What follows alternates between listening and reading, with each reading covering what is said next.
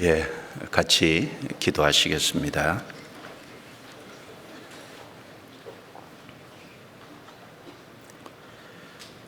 거룩하시고 은혜와 사랑이 풍성하신 우리 아버지 하나님, 허물과 죄 가운데 살아가던 저희를 구원해 주시고 하나님의 거룩한 자녀로 삼아 주신 은혜 감사합니다. 또한 변함없는 주의 사랑으로 우리를 몸된 교회 안에 두셔서 양육하시고 교육하시고 훈련해 주신 것 감사합니다. 또 하나님의 크신 영광과 복음을 위해서 함께 수고하고 참여할 수 있는 기회를 주신 것도 감사합니다. 오늘 주님의 피로 구속함을 입은 형제 자매들을 불러 모아주시고 주님의 말씀으로 거룩한 교제를 나눌 수 있도록 도와주신 것을 감사합니다. 이 시간 말씀을 통해서 하나님의 선하시고 기뻐하시고 온전하신 뜻이 무엇인지 우리 마음에 일깨워 주시기를 부탁합니다. 하나님의 말씀으로 우리의 마음을 위로해 주시고 용기를 주시고 힘을 주시기를 기도합니다. 또 하나님의 말씀을 통해 하나님 보실 때 혹 합당치 않은 죄나 허물이 있으면 말씀의 빛 앞에 드러내 주시고 하나님의 말씀과 성령의 능력과 주님의 보혈로 더욱 깨끗이 할 수 있도록 도와주옵소서. 이 시간 이 자리에 함께하지 못한 성도들도 어느 곳에 있든지 합당하신 은혜로 채워주옵소서. 우리 중에 연약한 자, 병든 자, 여러 가지 곤란과 시험과 환난 중에 있는 모든 분들, 주님이 그 모든 사정을 일일이 아시오매 도와주시고 어떠한 형편에 있든지 주를 더욱 의지케 도와주옵소서. 한 사람도 낙오자가 생기지 않도록 도와주옵소서. 전 세계 복음이 전해지는 모든 곳에 함께해 주옵소서. 이 시간 수양간에 말씀이 전해지고 있는 그곳에 함께 하셔서 주님의 말씀으로 복음의 능력으로 각 사람 속에 역사해 주셔서 참여된 많은 사람이 구원을 받고 하나님께 영광을 돌릴 수 있도록 도와주옵소서. 이어지는 하계 수양에 주님이 말씀을 전하는 분과 상담하는 모든 분들, 또 봉사하는 모든 손길 위에 합당하신 은혜로 또 능력으로 채워주셔서 그 모든 일을 잘 감당하고 연합하여 선을 이룰 수 있도록 모든 것을 하나님께 영광을 돌릴 수 있도록 도와주시기를 기도합니다. 우리를 구원해 주신 주 예수님 이름으로 기도드리옵니다. 아멘. 맞습니다.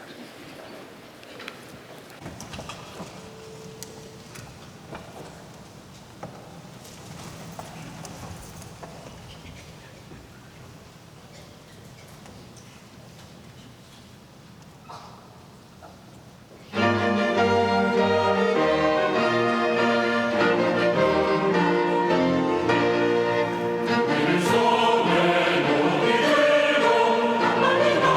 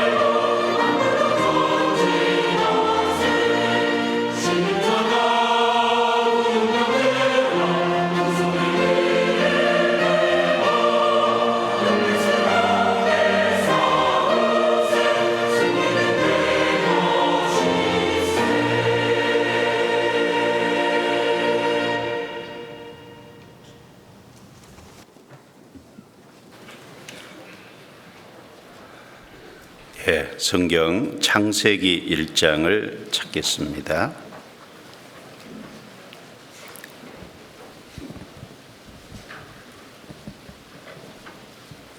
창세기 1장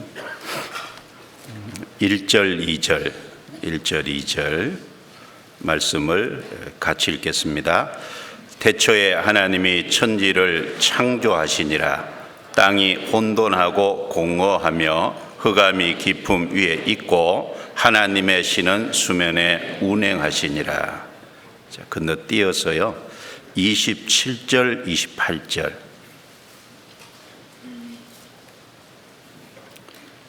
또 같이 읽겠습니다. 하나님이 자기 형상 곧 하나님의 형상대로 사람을 창조하시되 남자와 여자를 창조하시고 하나님이 그들에게 복을 주시며 그들에게 이르시되 생육하고 번성하여 땅에 충만하라. 땅을 정복하라. 바다의 고기와 공중의 새와 땅에 움직이는 모든 생물을 다스리라 하시니라. 지난주에 1차 수양회를 잘 마쳤습니다. 지난 금요일부터는 2차 수양회가 진행돼서 지금 공주 수양관에서 진행되고 있고 내일까지 2차 수양회가 마칩니다.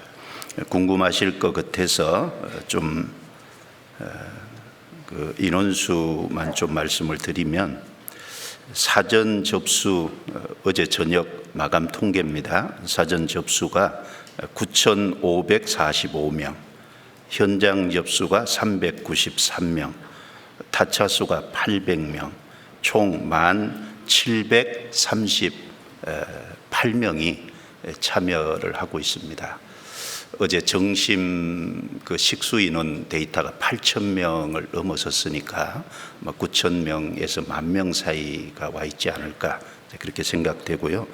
어제 저녁 마감 통계로 차량이 입차되어 있는 그 수가 버스 51대까지 합쳐서 무려 1,754대가 수양관에 이제 입차되어 있다고 들었습니다. 그래서 그 믿음관, 은혜관 그 앞에 버스 해차는 거기만 지금 차량을 댈 수 있는 여유가 있고 나머지 모든 주차장은 풀로 다 찼다고 얘기를 들었습니다. 이 시간에 복음 말씀이 전해지는 시간인데 기도로 좀 마음으로 함께하면 좋겠습니다. 자, 오늘 이 시간은 여기 2절에 하나님의 신은 수면에 운행하시니라 라고 말씀하셨는데 하나님의 신은 운행하시니라 이 제목으로 좀 말씀을 드리려고 합니다. 성경을 이해하는데 최초 언급의 법칙이라고 하는 것이 있습니다. 성경에서 어떤 주제나 단어를 하나님께서 최초로 사용하셨을 때 그곳에 그 단어나 주제 속에 하나님의 심중에 있는 그 하나님의 뜻을 나타내셨다는 그 의미입니다. 성경 전체에 성령 하나님, 하나님의 신에 대해서 가장 최초로 사용된 구절이 창세기 1장 2절입니다. 그래서 여기 하나님의 신은 성령을 말하죠. 처음 지구 창조 과정에서 혼돈하고 공허하고 흑암이 깊음 위에 있는 지구에 하나님의 신이 이제 운행하심으로 인해서 지구의 생명 탄생의 역사가 시작이 됐습니다. 성령 하나님의 주도적인 사역은 생명 탄생의 역사입니다. 즉 물질 창조도 하나님께로부터 시작됐고 그 사람의 영혼 속에 이루어지는 내적인 영혼이 구원받는 영적인 창조도 하나님에게서부터 시작합니다. 결국 하나님의 주도적인 역사는 이 지구상의 생명 탄생의 역사입니다. 자, 사람이 구원받고 나서 잘 살고 못 살고 이거 중요하지만 그러나 먼저는 생명이 탄생돼야 됩니다. 거듭나야 됩니다. 죽어있는 영혼이 살아나고 하나님의 생명이 주어져서 생명 탄생이 될 때 그 다음에 생활도 있는 겁니다. 어린아이가 태어나야 살아가는 삶도 있는 것과 마찬가지입니다. 그래서 하나님이 하시는 가장 중요한 역사는 생명 탄생의 역사입니다. 그래서 오늘 하나님의 신은 운행하시니라 이 제목을 가지고 생명 탄생의 역사에 대해서 좀 말씀을 드려보려고 합니다. 오늘 말씀드릴 내용을 조금 정리해 보면 삼위일체 하나님에 대해서 좀 말씀드리고 성령 하나님의 주도적인 사역이 무엇인지를 말씀드리고, 여기 물질 창조인데 물질 창조는 우리 영혼 속에 이루어지는 우리가 구원받는 그 내적인 영적 창조의 하나의 예표가 될 겁니다. 그걸 좀 살펴보고, 그 다음에 성부 하나님, 성자 하나님, 성령의 하나님 다 하시는 주도적인 사역은 결국 생명 탄생입니다. 교회가 하는 중요한 일도 가장 첫 번째는 생명 탄생입니다. 그리고 수양회를 하는 가장 중요한 목적도 결국은 생명 탄생입니다. 생명 탄생은 하나님이 원하시는 가장 중요한 겁니다. 그래서 요한일서 5장 17절에 보면 내 아버지께서 이제까지 일하시니 나도 일한다. 요한복음 5장 21절에 보면 아버지께서 죽은 자들을 일으켜 살리신 같이 인자도 자기의 원하는 자들을 살리느니라. 자, 성부 하나님께서 죽은 자들을 일으켜 살리세요.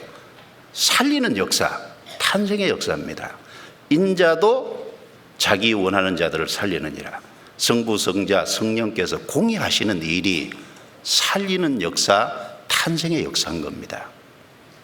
자, 그리고 여기 창세기 1장 27절, 28절, 특별히 28절 말씀에 여기 이제 물질 창조에 대한 얘기를 하시면서 여기 복을 주셨다 그랬는데 사람에게 생육하고 번성하여 땅에 충만하라, 땅을 정복하라, 바다의 고기와 공중의 새와 땅에 움직이는 모든 생물을 다스리라. 이 말씀을 통해서 하나님의 심중에 무엇을 의도하고 계신지를 우리가 좀 엿볼 수가 있습니다. 그래서 이 말씀까지 좀 함께 좀 상고를 해보겠습니다. 먼저 삼위일체 하나님에 대해서 좀 말씀을 드리려고 합니다. 어렵죠? 얘기 나오자마자 머리 아프다 이 생각도 드실 수 있는데, 성경에 하나님이 자신을 삼위일체로 계시하셨으니까 몰라도 되지만 하나님이 성경에 계시해 놓으신 거니까 우리가 정확하게 아는 것도 중요하다고 여겨집니다. 그래서 잠깐 말씀을 드려보겠습니다. 여기 창세기 1장 1절에 태초에 하나님이 천지를 창조하시니라. 여기 하나님이라는 단어가요, 히브리어로 엘로힘입니다. 근데 이 엘로힘이라는 단어가 복수형 단어예요. 물론 이해가 안 되죠. 하나님은 한 분이신데 엘로힘이라는 복수형 단어를 사용했다? 하나님은 처음부터 자신을 복수형으로 계시하신 겁니다. 아버지 하나님, 아들 하나님, 즉 성부 하나님, 성자 하나님, 그리고 성령 하나님. 성경에 셋인데 위치와 역할은 다르지만 그러나 본질은 한 하나님입니다. 그걸 가르쳐서 삼위일체 이렇게 용어를 사용을 합니다. 자, 성부 하나님은 이 세상을 창조하기 이전부터, 즉 영원 때부터 사람을 구원하는 구속의 계획을 세우시고 구약시대 성부 하나님이 일하시면서 그 구원을 위한 구세주를 보낼 준비를 하셨습니다. 자, 성자 하나님, 아들 하나님은 그 성부 하나님의 계획과 준비된 그것을 따라서 이 땅에 성육신하셔서 십자가에 죽으시고 부활하심으로 우리의 모든 죄짐을 예수님이 대신 형벌 받음으로 처리하시고 우리가 구원받을 수 있는 복음을 완성하셨습니다. 이제 성령 하나님은 성부가 계획하시고 성자 하나님께서 완성하신 복음을 이 땅에 전하는 일을 하십니다. 그래서 말씀이 증거될 때, 즉 복음의 말씀이 전해질 때 성령 하나님께서 함께 하셔서 그 마음을 열어서 깨닫게 해주세요. 그래서 구원받도록 도우시는 일을 하십니다. 그리고 구원받은 그 하나님의 자녀를 이제 아들로 삼으셨는데, 아들의 신분을 주신 동시에 남은 생애를 통해서 아들답게 만들어가는 아들의 형상을 본받도록 도와하십니다. 그리고 영원한 천국에 들어갈 때까지 그 삶을 인도하시고 양육하시고 보호하시는 일을 결국은 하십니다. 그래서 이 교회 시대를 다른 말로 성령 시대라고 합니다. 성령께서 복음을 전하고, 그리고 그것을 깨닫게 하고, 그리고 구원받은 사람의 삶 속에 성령 하나님이 함께 하셔서 변화시키고 영원한 천국까지 이끄십니다. 그래서 성경의 창세기 1장 1절에 하나님을 처음부터 하나님인데 엘로힘이라는 복수형 단어로 하나님은 자신을 계시하셨습니다. 자, 창세기 1장 26절입니다. 26절.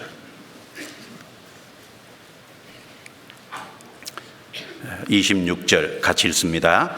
하나님이 가라사대 우리의 형상을 따라 우리의 모양대로 우리가 사람을 만들고 그로 바다의 고기와 공중의 새와 육축과 온 땅과 땅에 기는 모든 것을 다스리게 하자 하시고, 여기 하나님이 말씀하시기를 우리의 형상을 따라 우리의 모양대로 우리가 사람을 만들고, 여기 26절에 하나님이라는 단어도 복수형 엘로힘입니다.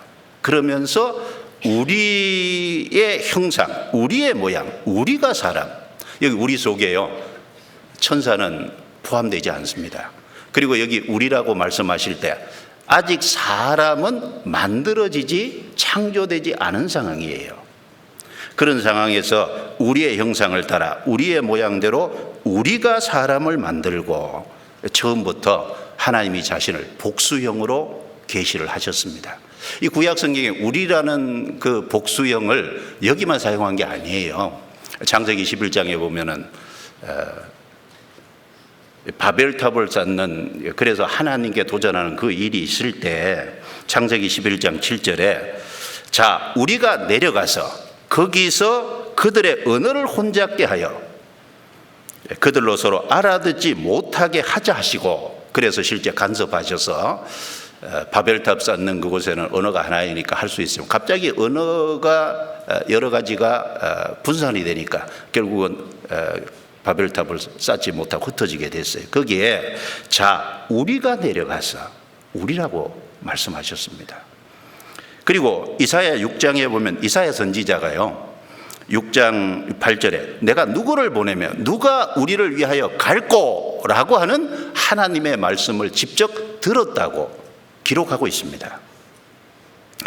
자, 타락한 이스라엘, 하나님을 멀리 떠나서 우상 숭배하는 이스라엘, 고집불통인 이스라엘, 자, 그들에게 내가 누구를 보내며 누가 우리를 위하여 갈꼬, 누가 우리를 위하여, 하나님이 거기도 우리라고 말씀하셨어요. 우리를 위해서 갈꼬. 이사야 선지자가요, 그 하나님의 뜻을, 하나님의 음성을 듣고 있다가 자원했죠. 주여 내가 여기 있나이다, 나를 보내소서. 이사야 선지자가 그 당시에 세워져서 타락된 이스라엘에게 하나님의 말씀을 전해서 하나님에게로 돌아오도록 노력했습니다. 그리고 예수님도 초림하셨을 때 예수님도 우리라는 복수형을 계속 반복해서 사용하셨습니다. 성경 요한복음 3장입니다. 찾겠습니다. 요한복음 3장.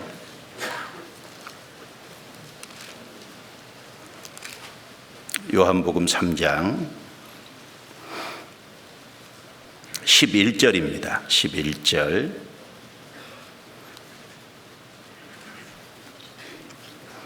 11절 같이 읽겠습니다. 진실로 진실로 내게 이르노니 우리 아는 것을 말하고 본 것을 증거하노라. 그러나 너희가 우리 증거를 받지 아니하는도다. 이 말씀은 예수님이 니고데모에게 사람이 거듭나지 아니하면 하나님 나라를 볼 수 없느니라 라는 말씀을 하시고 계속해서 니고데모와 대화 속에서 하신 말씀입니다. 자, 우리 아는 것을 말하고 본 것을 증거하노라. 그러나 너희가 우리 증거를 받지 않느냐는도다. 여기 예수님이 우리라는 복수를 사용하셨어요. 여기 제자들이 포함될까요? 제자들은 아직 예수님에 대해서 잘 몰라요. 거듭나는 것이 무엇인지 몰라요. 여기 우리라는 단어 속에는 사람이 포함되는 게 아니고 천사도 포함되는 게 아니고 하나님을 우리라고 복수형으로 예수님도 거론하신 겁니다. 그리고 요한복음 14장 23절에도 보면 예수께서 대답하여 가라사대 사람이 나를 사랑하면 내 말을 지키리니 내 아버지께서 저를 사랑하실 것이요 우리가 저에게 와서 저와 함께 거처를 함께 하리라. 우리가 저에게 와서, 거기도 예수님이 우리라고 하셨어요. 요한복음 17장에 보면 예수님이 대제사장으로서 긴 하나님과 사람 사이에 중보기도를 하시면서 17장 21절에도 보면 아버지께서 내가 내 안에, 내가 아버지 안에 있는 것 같이 저희도 다 하나가 되어 우리 안에 있게 하사 세상으로 아버지께서 나를 보내신 것을 믿게 하옵소서. 그 말씀에도 우리 안에 있게 하사, 자, 구원받은 사람들이 하나가 돼서 우리 안에 있게 하사, 우리라고 말씀하셨어요. 그리고 17장 22절에도 보면 내게 주신 영광을 내가 저에게 주었사오니 이는 우리가 하나가 된 것 같이 저희도 하나가 되게 하려 하심이니이다. 우리가 하나가 된 것 같이, 거기도 복수형을 사용하셨습니다. 예, 예수님도 우리라는 복수형을 계속 사용하고 계세요. 하나님은 하나인데 복수형을 계속 사용하는, 그러니까 아버지, 아들, 성령, 삼위일체입니다. 위치와 역할은 다르지만 그러나 본질은 하나고 한 하나님입니다. 이 삼위일체의 하나님이 동시에 나타난 경우가 있죠. 마태복음 3장 16절 17절에 보면 침례 받을 때입니다. 예수님께서는 요단강에서 침례를 받고 물에서 올라오셨어요. 즉 아들 하나님은 물에서 올라오셨습니다. 그런데 그때 성령 하나님은 비둘기 형상으로 임하셨어요. 그리고 성부 하나님, 아버지 하나님은 하늘에서 이는 내 사랑하는 아들이요 내 기뻐하는 자라는 음성을 내셨습니다. 예, 삼위일체의 하나님, 그 세 위치와 역할이 다른 그 하나님이 동시에 나타난 경우입니다. 우리는 그걸 이해하기 어렵죠. 신비입니다. 자, 그리고 부활하신 예수님께서 마태복음 28장 19절에 보면 그러므로 너희는 가서 모든 족속으로 제자를 삼아 아버지와 아들과 성령의 이름으로 침례를 주고 내가 너에게 분부한 모든 것을 가르쳐 지키게 하라 라고 말씀하셨을 때 아버지와 아들과 성령 셋입니다. 그런데 이름으로 라고 할 때 이름들로 복수가 아니라 이름은 또 단수예요. 셋인데 하나입니다. 또 고린도전서 12장을 찾겠습니다. 고린도전서 12장.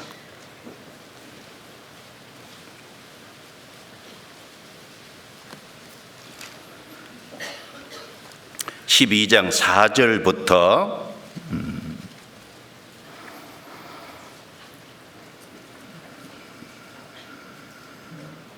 6절까지입니다. 같이 읽겠습니다. 은사는 여러 가지나 성령은 같고 직임은 여러 가지나 주는 같으며 또 역사는 여러 가지나 모든 것을 모든 사람 가운데서 역사하시는 하나님은 같으니. 자, 교회 안에는 그 은사, 직임, 하나님의 역사의 모양이 다 다를 수 있죠. 근데 여기 은사, 직임, 역사를 얘기하면서 성령은 같고 주는 같으며 하나님은 같으니 굳이 3번 반복했어요. 성령은 성령 하나님이고 주는 예수님을 가르칩니다. 바로 아들 하나님은 같다. 그리고 끝에 하나님은 성부 하나님이죠. 그러니까 성령, 성자, 성부. 여기도 위치와 역할을 다르게 여기 셋을 표현을 했습니다. 그래서 성경에 보면 처음부터 복수형으로 계시하시고 구약 성경에는 좀 희미했는데 신약에 와서 아버지, 아들, 성령 위치와 역할이 명확하게 다른 것으로 구분하시면서 한 하나님임을 동시에 성경은 강조하고 있습니다. 자, 우리가 구원을 받고 속죄를 깨닫고 지옥 들어갈 그곳에서 건짐받아 하나님의 자녀가 되는 이 구속의 역사는요, 삼위 하나님의 역사예요. 성경 에베소서 1장입니다. 에베소서 1장. 에베소서 1장.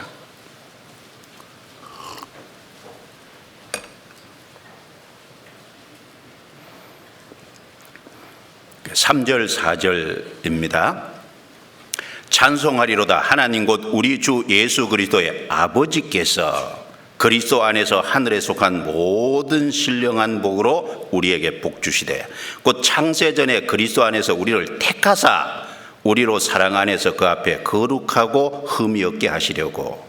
여기 하나님 곧 우리 주 예수 그리스도의 아버지 하나님에 대해서 말씀합니다. 아버지 하나님이 하신 일은 창세전에 이 세상을 창조하기 이전 영원 때부터 그리스도 안에서 우리를 택하사, 즉 사람을 구원하실 구속의 계획을 세우신 거예요.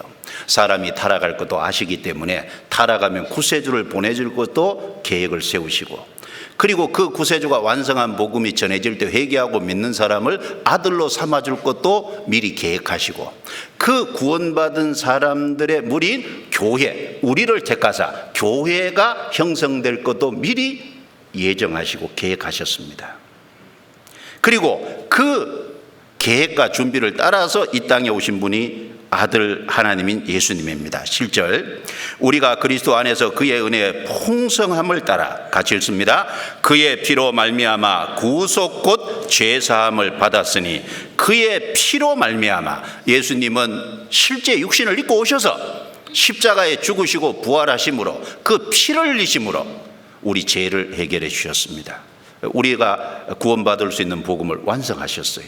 그게 이제 신약 시대 전 세계 예루살렘에서 시작해서 전해집니다. 성령이 하시는 일은요, 그 사실을 깨닫게 하시고, 그리고 깨달은 사람 영혼 속에 들어오셔서 그 사람이 하나님의 자녀라고 하는 인을 치시집니다. 다시는 이뤄지지 않습니다. 에베소서 1장 13절 14절 같이 읽겠습니다. 그 안에서 너희도 진리의 말씀 곧 너희 구원의 복음을 듣고 그 안에서 또한 믿어 약속의 성령으로 인치심을 받았으니, 이는 우리의 기업의 보증이 되사 그 얻으신 것을 구속하시고 그의 영광을 찬미하게 하려 하심이라. 자, 구원의 복음을 듣고 믿어 약속의 성령으로 인치셨다, 도장치셨다. 어떤 제품에다가요, 자기 도장을 탁 치는 것은 자기 소유라는 겁니다. 복음을 깨닫게 하셔서 속죄를 이루시고, 속죄를 믿는 그 사람 영혼 속에 들어오셔서 너는 내 거다, 그 말입니다. 하나님의 소유라는 인을 치십니다. 그리고 영원히 다시는 나가지 않습니다. 구원받은 사람은 이제 하나님의 것, 하나님의 소유가 된 거예요. 그래서 성부, 즉 아버지 하나님, 그 다음에 아들 하나님, 그 다음에 성령 하나님, 우리를 구원하시는 그것은 삼위 하나님의 역사입니다. 근데 이 삼위일체의 지식은요, 우리 머리로는 이해가 안 돼요. 하나님은 창조주고 우리는 피조물입니다. 우리가 땅에 있는 동안은요, 이걸 도무지 이해할 수 없을 겁니다. 그래서 이해가 안 되니까요, 이해하려고 덤비면 안 됩니다. 그래서 이해하려고 덤비면 머리가 터질 거예요. 그럼 어떻게 해야 되냐? 믿으시면 돼요. 쉬운 일이지 않습니까? 성경에 있는 대로 믿으시면 돼요. 장차 주님이 재림하셔서 우리가 신령한 몸을 입고 주님을 만날 때, 저 위에서 주님의 얼굴을 상봉할 때, 그때는 우리가 이해하게 될 겁니다. 지금은 믿어야 될 내용이죠. 그래서 고린도전서 13장 12절에 보면요, 우리가 이제는 거울로 보는 것 같이 희미하나 그때에는 얼굴과 얼굴을 대하여 볼 것이요, 이제는 내가 부분적으로 아나 그때에는 주께서 나를 아신 것처럼 내가 온전히 알리라. 그렇죠. 지금은 부분적으로 알아요.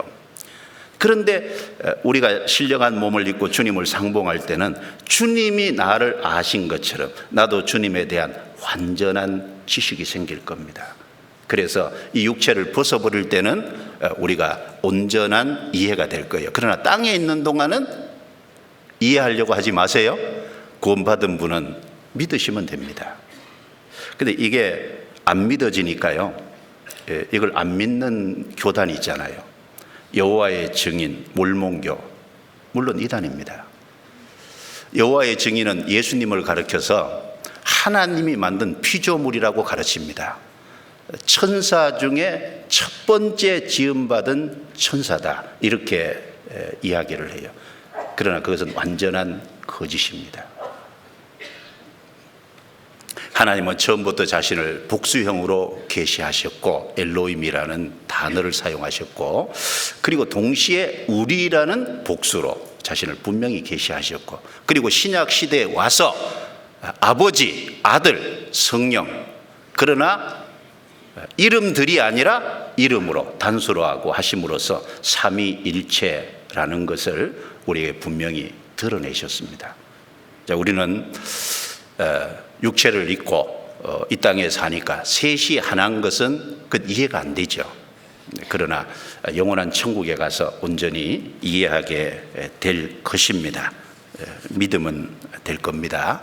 자, 창세기 1장 다시 넘기겠습니다. 창세기 1장.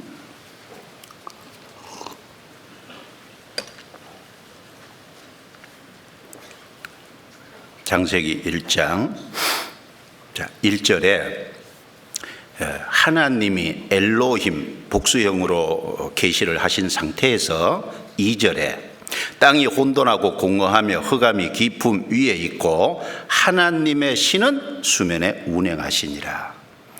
1절에는 복수형으로 말씀하시고 2절에는 그 중에 하나님의 신 성령만 따로 구분해서 여기 말씀을 하셨어요. 그리고 땅이라고 했고 하나님의 신은 운행하신다, 이렇게 말씀을 하셨습니다. 자, 이것을 통해서 성령의 주 활동 무대가 사람이 사는 이 땅임을 분명히 하신 겁니다. 그리고 여기 운행하시니라 라고 할 때, 운행이라는 단어는 우리가 그냥 평범하게 생각하면 움직인다, 거니신다, 이런 의미로 사용이 됩니다. 근데 이 운행하시니라는 그 히브리어 단어가요, 메라 헤페트, 오늘을 좀 사용 안 하려고 하는데 그래도 참고로 좀 알아두시면, 메라 헤페트라는 히브리어 단어인데 이 단어의 의미가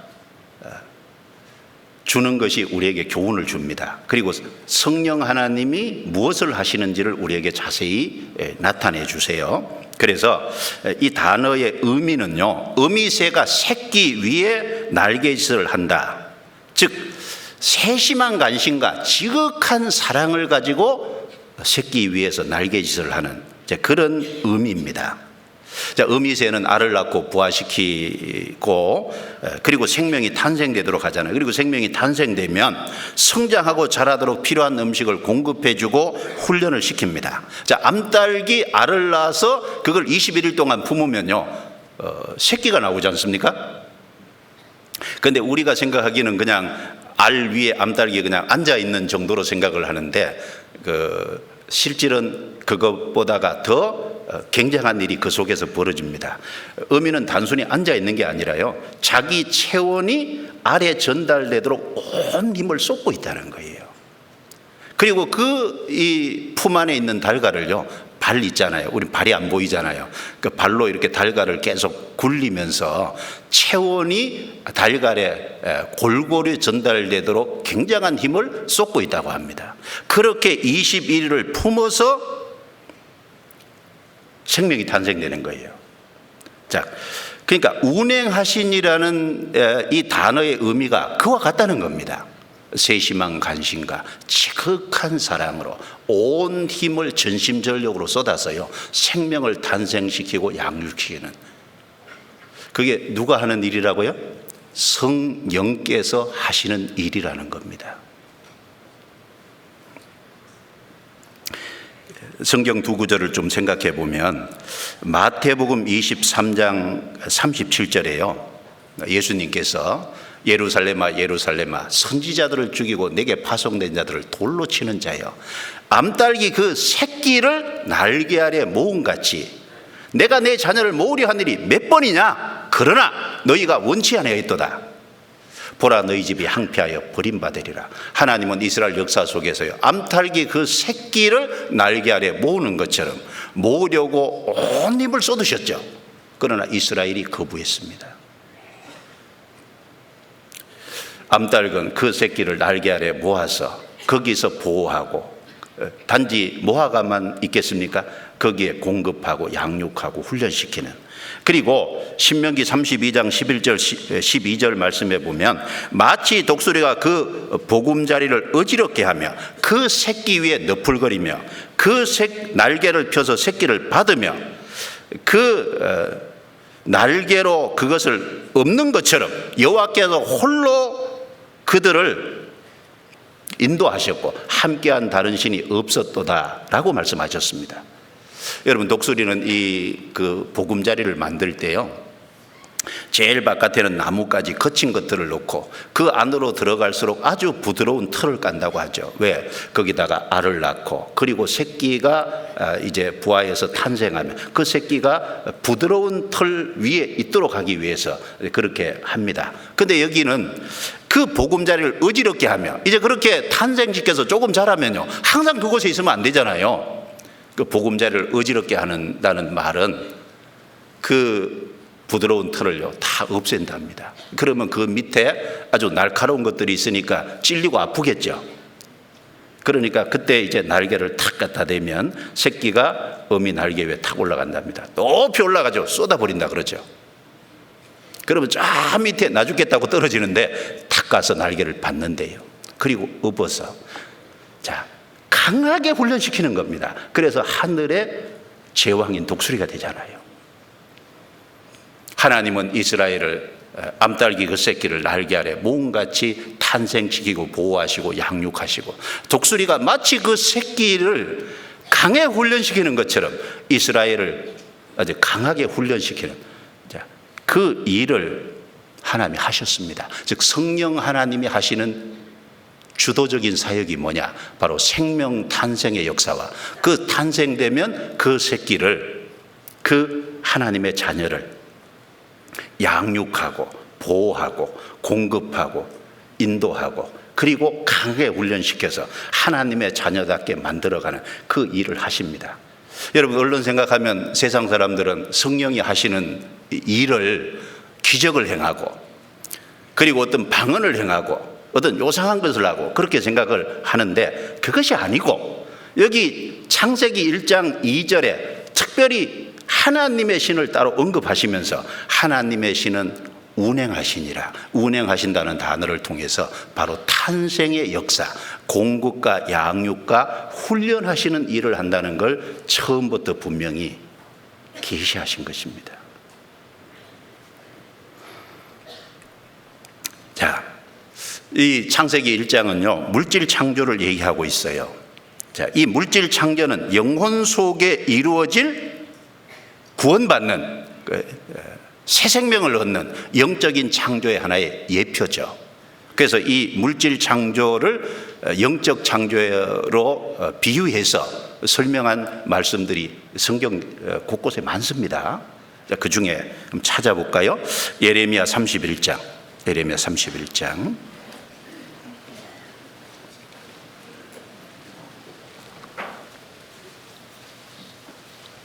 예레미야 31장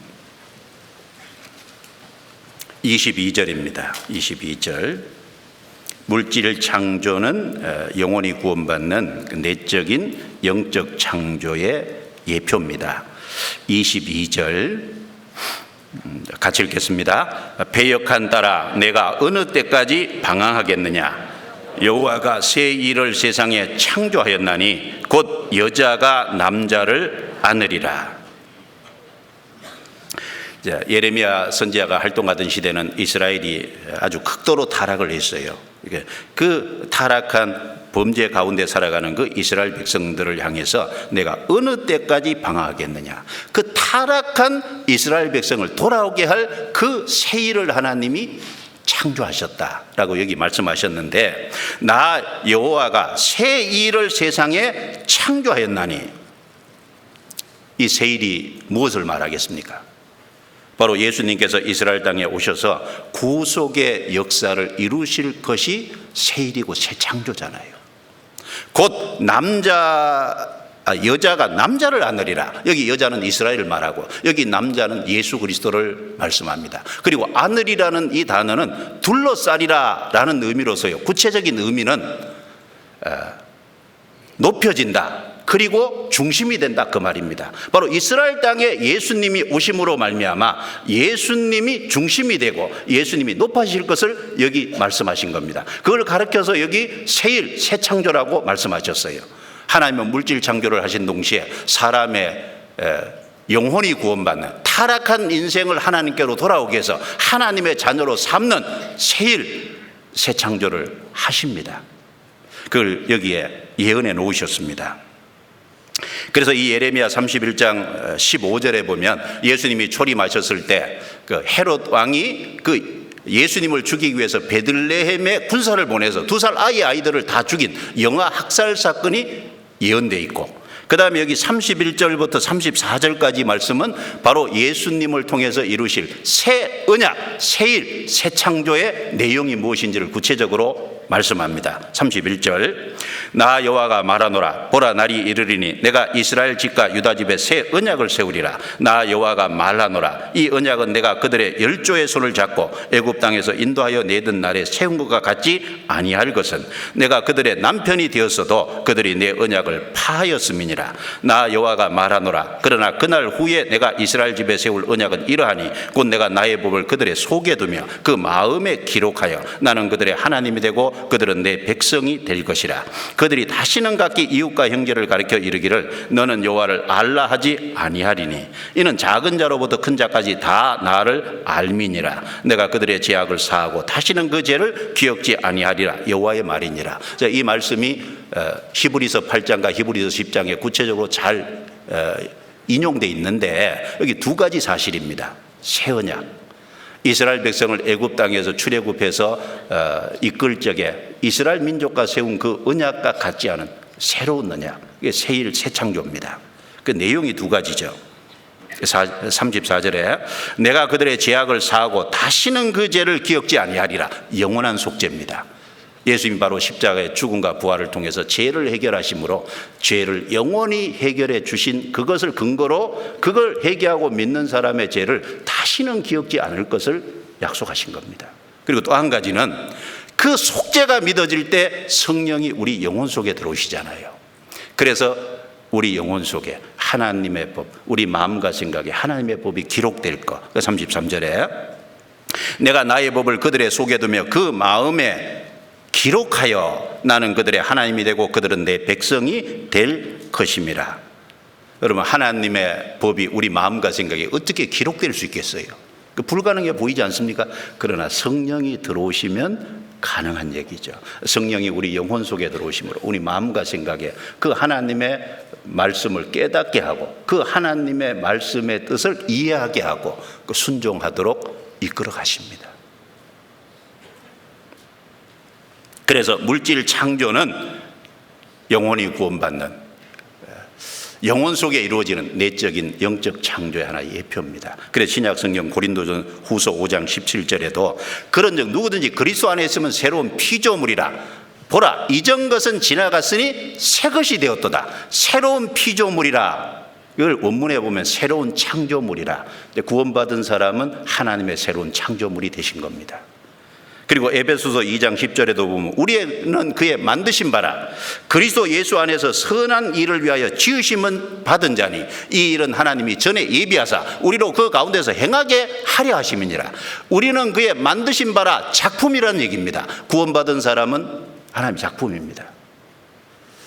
우리 죄를 용서해 주시고 우리 속에 성령이 들어오셔서 성령과 우리의 영이 함께해서 한 영이 되고, 그래서 우리의 속이 변화되는, 이건 새 창조입니다. 인간의 노력으로 할 수 없는 놀라운 일입니다. 그래서 그리스도 예수 안에서 선한 일을 위하여 지으심을 받은 자니, 지으심을 받았다는 게 다른 표현으로 창조된 자니 그 말입니다. 창조된, 새 창조입니다.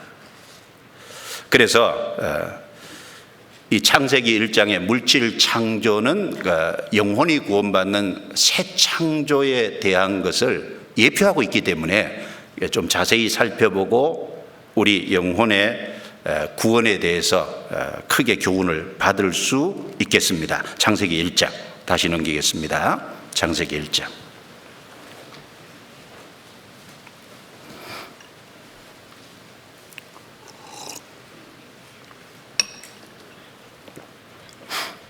네, 2절입니다. 다시 같이 읽겠습니다. 땅이 혼돈하고 공허하며 흑암이 깊음 위에 있고 하나님의 신은 수면에 운행하시니라. 자, 여기 지구 창조의 과정에서요, 처음 지구의 모습을 보여주는 네 가지 단어가 혼돈, 공허, 흑암, 깊음이라는 단어입니다.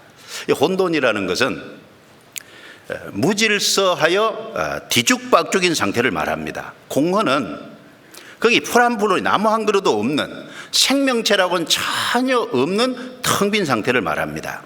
그리고 여기 깊음을 말했는데, 깊음이라는 것은 땅이 물 속에 있었지 않습니까? 물이 땅을 덮고 있는 그 상황에서 바깥은 물밖에 보이지 않죠. 그 바닷물은 항상 출렁거리고 요동해서 안정됨이 전혀 없는 상태잖아요. 그리고 흑암이 깊음 위에 있고, 그 물 위에는요, 흑암이라는 여기 말씀처럼 빛이라고는 전혀 없는 캄캄한 상태에 있었다는 겁니다. 자, 그곳에 하나님의 신은 운행하시니라. 그는 거기에 하나님이 세심한 관심과 지극한 사랑으로 성령께서 역사하신 거예요. 하나님의 신은 운행하셨다. 그래서 생명 탄생의 역사가 나타난 겁니다. 마치 암탉이 그 알을 품고 있듯이, 그리고 새가 새끼 위에 날개를 너풀거리듯이 생명 탄생의 역사를 위해서 성령께서 거기 일하신 겁니다. 그래서 빛이 있으라 라고 하시니까 어둠이 물러가고 빛이 들어왔어요. 그리고 궁창 위의 물과 궁창 아래의 물로 나뉘었어요.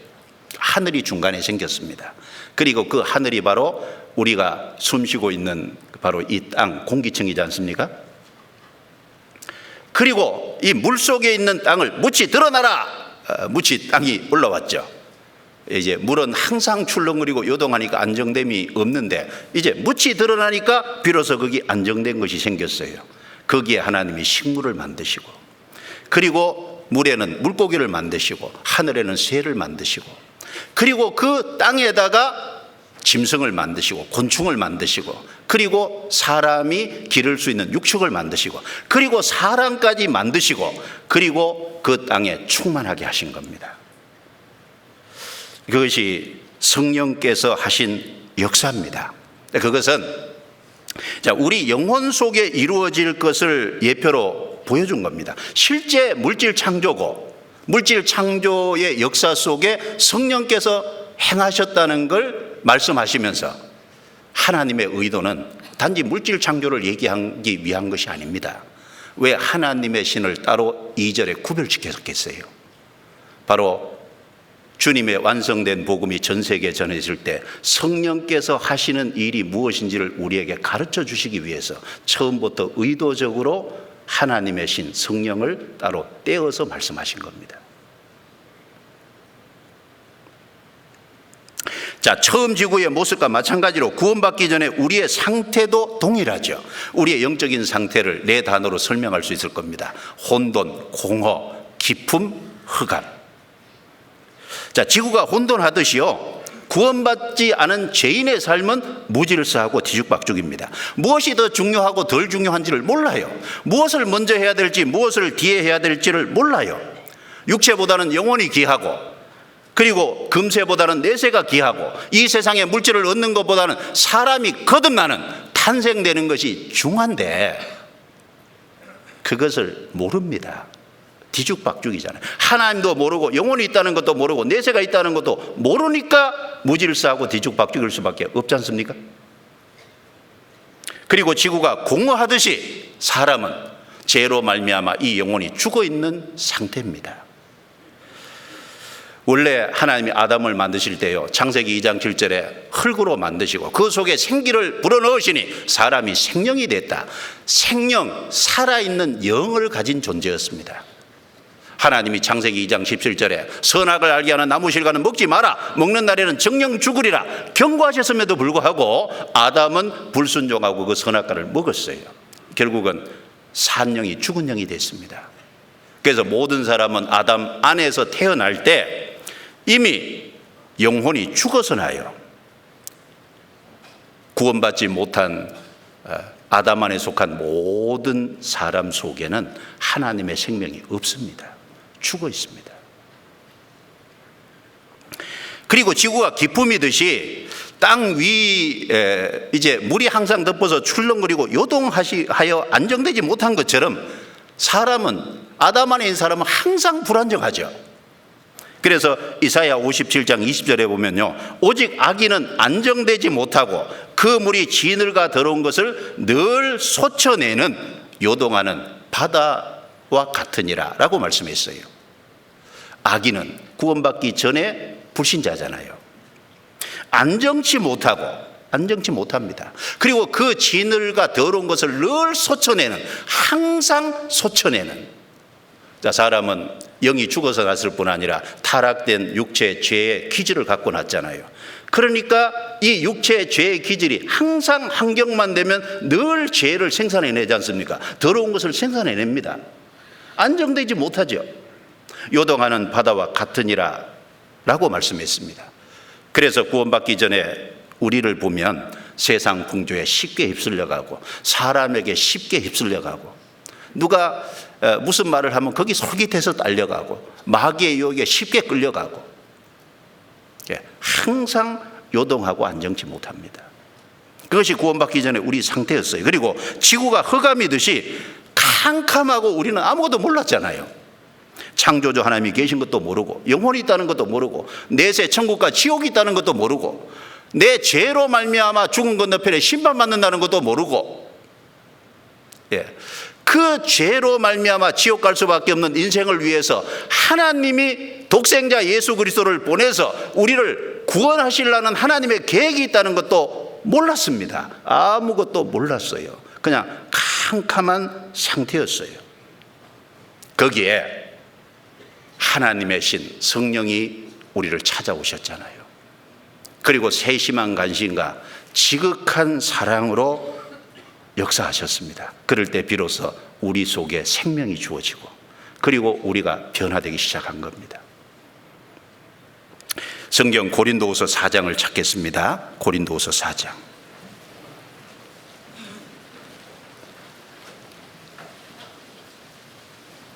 고린도후서 4장.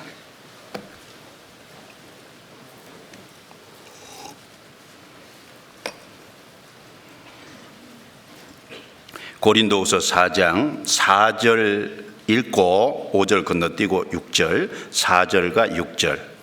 두 구절을 같이 읽겠습니다. 그 중에 이 세상 신이 믿지 아니하는 자들의 마음을 혼미케 하여 그리스도의 영광의 복음의 광채가 비치지 못하게 함이니 그리스도는 하나님의 형상이니라. 어두운 데서 빛이 비치리라 하시던 그 하나님께서 예수 그리스도의 얼굴에 있는 하나님의 영광을 아는 빛을 우리 마음에 비치셨느니라.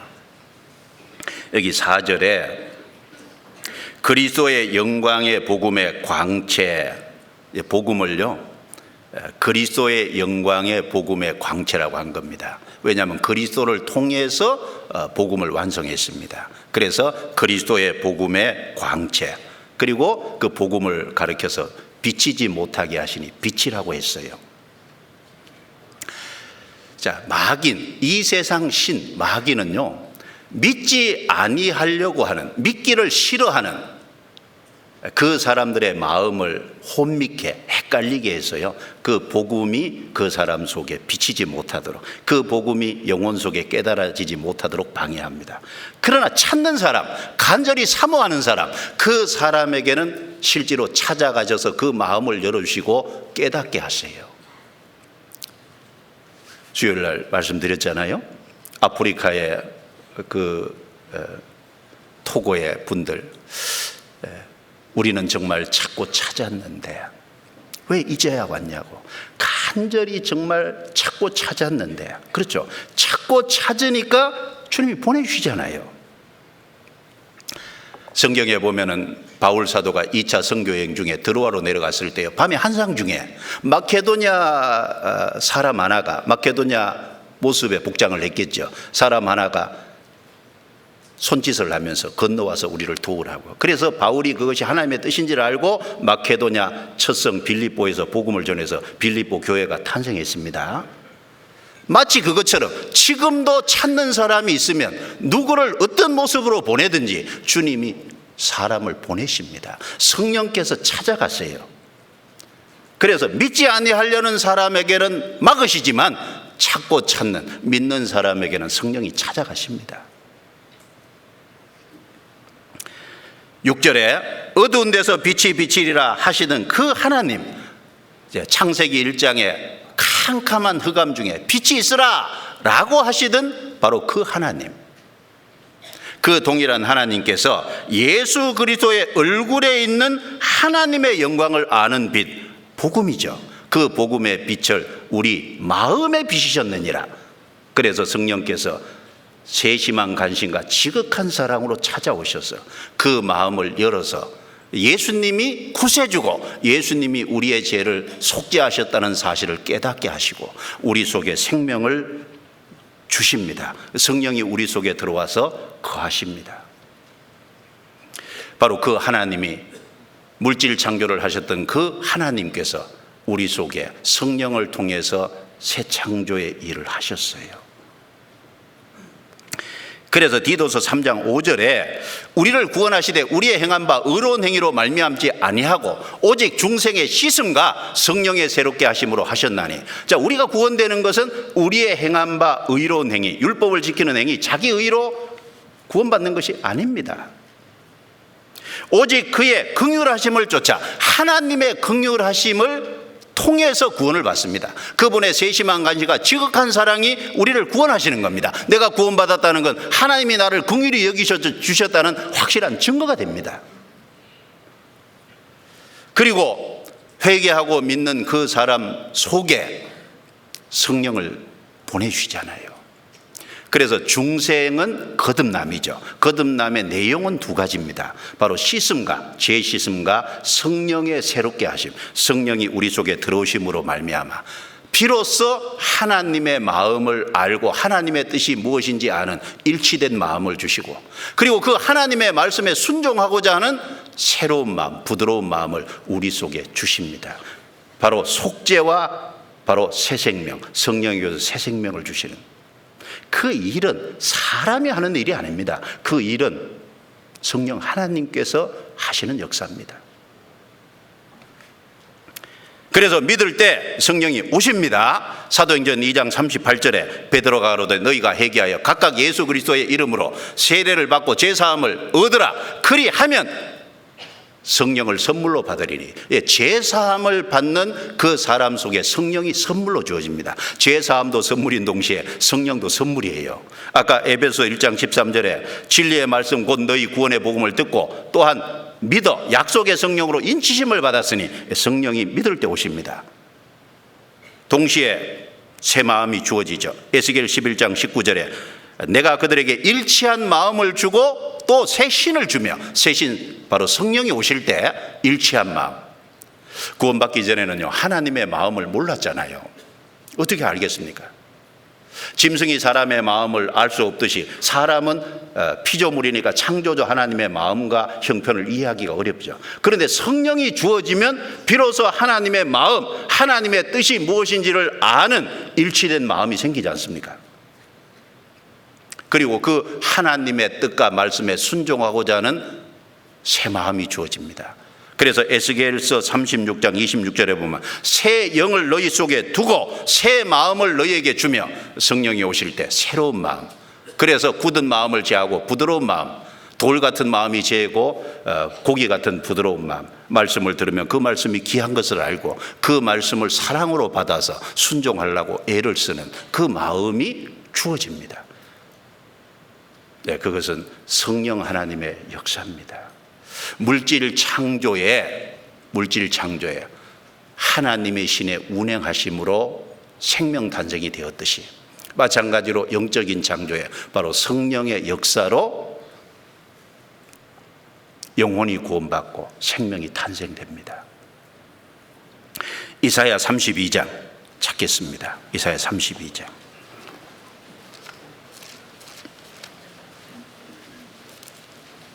이사야 32장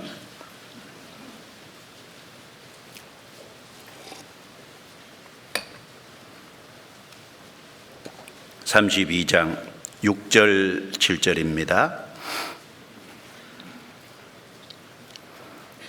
6절 7절 제가 읽고 8절은 같이 읽겠습니다. 6절 7절 이는 어리석은 자는 어리석은 것을 말하며 그 마음에 불의를 품어 간사를 행하며 패역한 말로 여호와를 거스리며 줄인 자의 심령을 비게 하며 목마른 자의 마시는 것을 없어지게 함이며 계율한 자는 그 그릇이 악하여 악한 계획을 베풀어 거짓말로 가련한 자를 멸하며 빈핍한 자가 말을 바르게 할지라도 그리하며니와.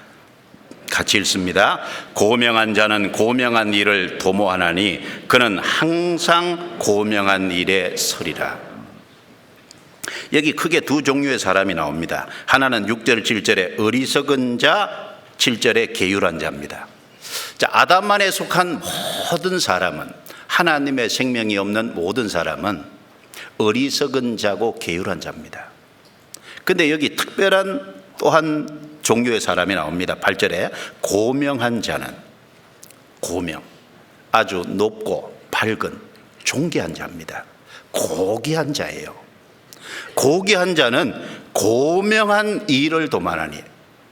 자, 높고 아주 밝아서 모든 것을 분별하는 사람은 그 고명한 일, 정말 가치 있는 일을 위해서 살죠. 그리고 항상 고명한 일에 서리라. 항상입니다. 어느 한 번만 아니라 항상 그 고명한 일 쪽에 자기를 선택하고 그 고명한 일을 위해서 살아간다는 겁니다. 여러분, 사람은 어리석고 계율한 자인데 어떻게 고명한 자가 될 수 있을까요? 처음 날 때부터 그렇게 종류가 다를까요? 아닙니다. 그 처음 날 때부터는 어리석은 자고 계율한 자예요. 아담 안에 속한 모든 사람은 하나님의 생명이 없습니다. 그런데 고명한 자가 있잖아요. 어떻게? 바로 예수님이 속죄한 사실을 깨닫고 성령을 받으면 고명한 자가 됩니다. 그래서 15절에 같이 읽겠습니다. 필경은 위에서부터 성신을 우리에게 부어주시리니 광야가 아름다운 밭이 되며 아름다운 밭은 삼림으로 여기게 되리라. 자, 필경은 위에서부터, 땅에서부터, 아래서부터가 아니죠. 위에서부터, 즉 하늘에서부터 하나님께로부터 성신을 우리에게 부어주시리니, 성신이 주어질 때 속죄를 깨달은, 죄사함을 확실히 믿는, 회개하고 믿는 사람 속에 성령을 부어주시지 않습니까?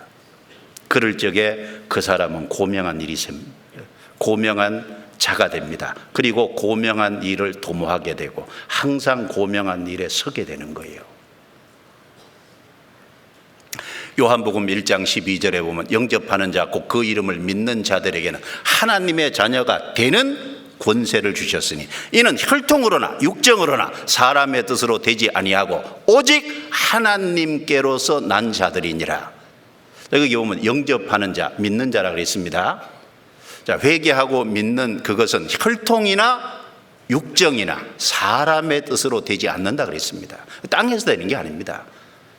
부모에게 물려받는 것도 아니고, 육정이라는 것처럼 자기의 노력과 수고와 어떤 수단 방법을 통해서 되는 것도 아니고, 사람의 뜻, 사람의 어떤 방편으로 되는 것도 아니고, 오직 하나님께로서 탄생된 자, 난 자, 탄생된 자. 하나님께로 날라면요, 위에서부터 성령이 주어져야죠. 요한복음 3장 3절에 사람이 거듭나지 아니하면 하나님 나라를 볼 수 없느니라 라고 하셨을 때, 그 거듭나는 단어 옆에 밑에 나눠주에 보면요, 위에서부터 라고 말씀했습니다. 위에서부터예요. 위에서부터. 하나님께로부터 성령이 주어질 때 비로소 고명한 자가 됩니다. 구원 받으셨지요? 하나님 모실 때 고명한 자잖아요. 어떻게 해야 될까요? 고명한 일을 계획해야죠.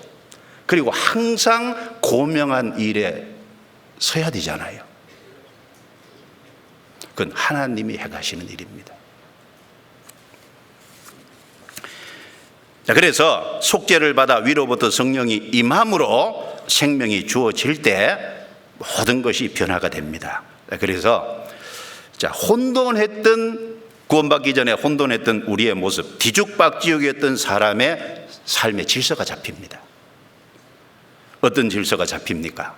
비로소 우리의 삶의 주인이 주님이신 줄을 알고, 나는 그 주님을 주인으로 모시고 종의 위치, 겸손으로 순종의 위치에 자기를 낮추게 돼요. 그리고 하나님의 뜻과 하나님의 말씀에 순종하게 됩니다. 하나님과 나, 위와 아래 위치를 정확하게 알죠.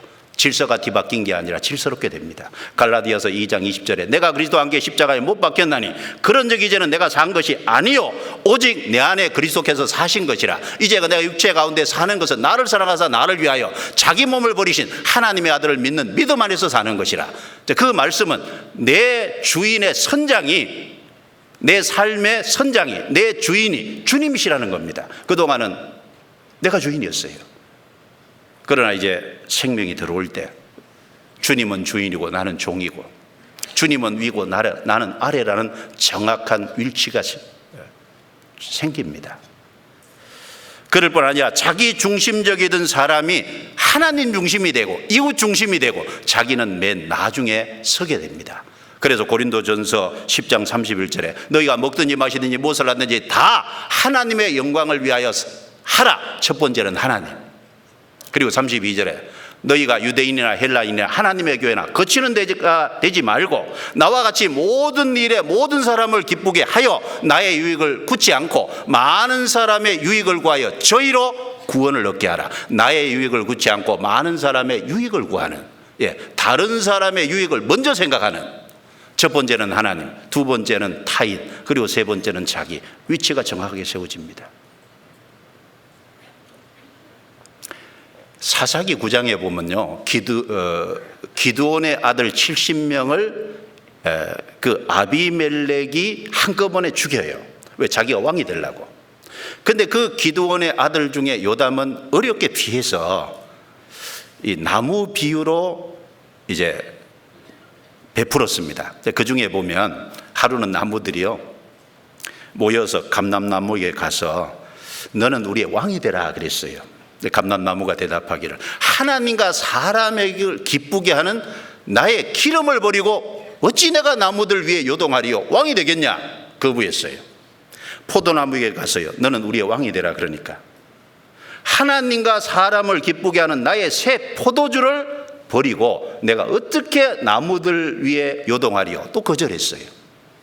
자, 가시나무에게 갔어요. 너는 우리의 왕이 되라. 그러니까 가시나무가 얘기하기를 너희는 내 그늘에 피하라. 그리고 만약 그리하지 않으면 불이 가시나무에서 나와서 레바논의 백향목을 사르리라. 가시나무가 주제 파악 못하죠. 그늘이 어디 있다고 그늘이 와서 피하라 그래요. 그리고 거기 나올 불이 뭐 있다고 자기가 가시나무인 주제에 레바논의 백향목을 태울 거래요. 그런데 거기에 감람나무하고요, 포도나무는 위치를 정확하게 알잖아요. 하나님과 사람을 기쁘게 하는 나의 기름, 하나님과 사람을 기쁘게 하는 나의 새 포도주. 구원을 받으면 질서가 잡히죠. 아, 하나님이 가장 우선, 그 다음에 타인을 위해서, 그 다음에는 나를 위해서. 타인이 구원받는 일을 위해서 내가 좀 희생해야지, 내가 좀 양보해야지, 내가 참아야지, 내가 베풀어야지, 이런 마음이 생깁니다. 질서가 잡힙니다. 가정에서도 부모 자식의 질서가 생깁니다. 남편과 아내의 질서가 제대로 됩니다. 교회에서도 질서가 무엇인지를 알고 따르게 되죠. 젊은 자들은 장로에게 순복하게 되고, 그리고 교회는 말씀 전하는 사람이 중심이니까, 말씀의 집이니까 말씀을 가르치는 사람 중심으로 해서 질서가 잡혀지고, 그리고 형제 자매 할 적에 형제 중심으로 해서 성경에 질서를 주신 거니까, 위치와 역할이 다르니까 형제 중심의 질서가 잡혀지고, 생명이 들어가면 모든 질서가 잡혀갑니다. 그리고 공허했던 우리가 생명이 좋으니까 영혼이 살아나고, 그리고 영혼이 살아났으니까 탄생이 됐으니까 성장이 되고 열매 맺는 삶으로 변화가 돼 갑니다. 그리고 기쁨이었던 우리가 항상 요동하던 우리가요, 이제 안정된 것이 생겼지 않습니까?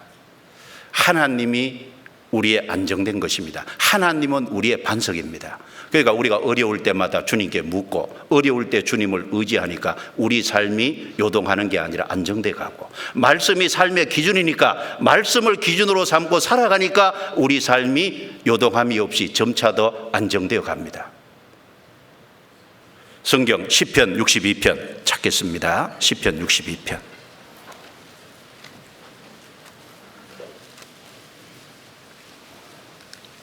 시편 62편 2절 6절입니다.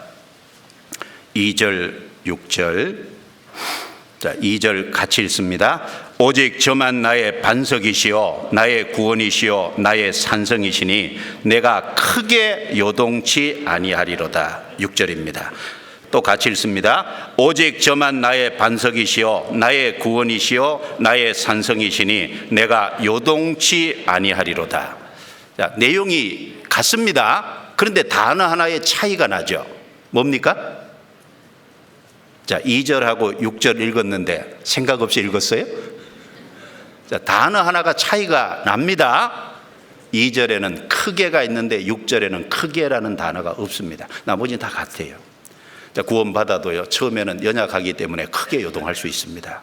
근데 점차 시간이 지나가면서 반석 되신 주님을 우리가 묻고 의지하고 삶의 말씀이 기준이 되고, 그렇게 되기 때문에 이제 점차 크게 요동이 아니라 요동이 줄어들고 나중에는 요동하지 않게 되는, 점차 안정된 모습을 찾아가잖아요. 자, 그리고 흑암이었던 우리가 이제 하나님에 대해서 알고 성경을 통해서 신령한 지식들에 대해서 점차 알아가니까 모든 것이 분명해지잖아요. 어둠이 아니라 삶이 빛이 됩니다. 시편 119편 105절에 보면 주의 말씀은 내 발의 등이요 내 길에 빛이니이다. 주님의 말씀이 등과 빛의 역할을 하기 때문에 점점 우리의 삶이 밝아집니다. 그래서 물질 창조의 과정에 하나님의 신이 운행하셨고, 그것은 의도적인 거라고 말씀드렸습니다. 신약시대, 바로 교회시대 성령 하나님의 신이 하시는 일이 무엇인지를 바로 새 창조, 우리 영혼이 구원받는 우리 영혼 속에 일어나는 것을 정확하게 설명해 주려고 의도적으로 그렇게 하신 겁니다. 그래서 하나님이 하시는 역사는 생명 탄생의 역사입니다. 여러분, 잘 살고 못 살고 그건 나중 문제예요. 일단 구원해서 생명이 탄생돼서 천국 가야 될 신분을 얻어야 되잖아요. 일단은 살려놓고 봐야 됩니다. 일단은 태어나고 봐야 될 일이에요. 하나님의 중심 역사는 생명 탄생의 역사죠. 생명은 다 하나님께로부터만 옵니다. 시편 36편 9절에 대저 생명의 원천이 주께 있사오니, 모든 생명은 하나님께로부터 주어진 겁니다. 사도행전 17장 25절에 이는 만민에게 생명과 호흡과 만물을 친히 주시는 자이십니다. 첫 번째 나오는 게 생명입니다. 태어나야 호흡하잖아요. 태어나지도 않았는데 어떻게 호흡합니까? 그리고 태어나고 호흡하고 살아야 만물이 필요한 것이 됩니다. 가장 첫 번째는 생명이에요. 생명. 자, 영적인 일도 생명이 우선입니다. 여러분, 내 가족들, 그리고 내 가정에 있는 사람, 내 직장의 동료, 내 이웃 사람들, 먼저는요 살려놓고 봐야 되잖아요. 먼저는 구원받게 해놓고 봐야 되잖아요. 생명 탄생의 역사는요 마귀가 흉내낼 수 없습니다. 출애굽할 때 모세가 하나님의 지팡이로요 나일강을 치니까 나일강이 피가 됐어요. 애굽의 술사들도 자기 술법으로요 물을 피가 되게 했어요. 자, 하나님의 지팡이를 가지고 개구리가 올라오게 했어요. 애굽의 술사들도 자기 술법으로 개구리를 올라오게 했어요. 세 번째, 하나님의 능력과 하나님의 지팡이로요 티끌을 치니까 티끌이 다 이가 됐어요. 그런데 애굽의 술사들은 따라하지 못했습니다. 자기 술법으로 해보려고 했는데 불가능했어요. 그래서 애굽 술사들도 출애굽기 8장 19절에 보면 이는 하나님의 권능이다 라고 스스로 고백할 수밖에 없었습니다. 여러분, 피가 되게 하고 개구리가 올라오게 하는 것은 했는데 왜 티끌을 치니까 티끌은 이가 되지 못했을까요? 왜 애굽 술사들이 따라하지 못했을까요? 이유는 딱 하나입니다. 이는 아무리 작아도 생명입니다. 생명은 마귀가 줄 수 있는 게 아니에요. 생명은 반드시 하나님께로부터만 주어지는 겁니다. 어떤 분은 이런 말을 할 거예요. 그 전에 출애굽기 그 앞에 보면 모세가 바로왕 앞에 서서요 지팡이를 가지고 던지니까 뱀이 됐어요. 애굽의 술사들도 지팡이를 던지니까 뱀이 됐어요. 그래서 그걸 가지고 어떤 분이 아니 거기 지팡이를 뱀으로 만들었지 않냐고 이렇게 얘기하는데 그거 아닙니다. 지팡이를 뱀으로 만든 것처럼 보였을 뿐입니다. 술법으로 그렇게 한 거예요. 생명을 한 건 아닙니다. 고대 세계에요 실제 산뱀을 가지고 산뱀을 주술을 걸어서요 그 지팡이로 만들어 사용했다고 합니다. 지팡이 뱀 지팡이인 거예요. 어차피 처음부터 그걸 던지니까 뱀이 되잖아요. 그러니까 술법으로 실제로 이렇게 그렇게 제어를 했다가 뱀이 되게 한 거지 실제 없는 생명을 만든 게 아니다 그 말입니다. 성경 한번 볼까요? 예레미야 8장 예레미야 8장 17절